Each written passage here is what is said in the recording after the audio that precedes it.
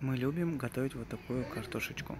Чтобы сделать картошку-лаву, надо сперва сделать саму лаву. Вот, приготовили. Накидали все картошки в лаву. Сверху еще вот так вот делаем. Полностью, чтобы покрылась. Это же картошка-лава все-таки.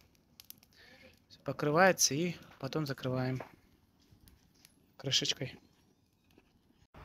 О, пошло. Ой, этот надо.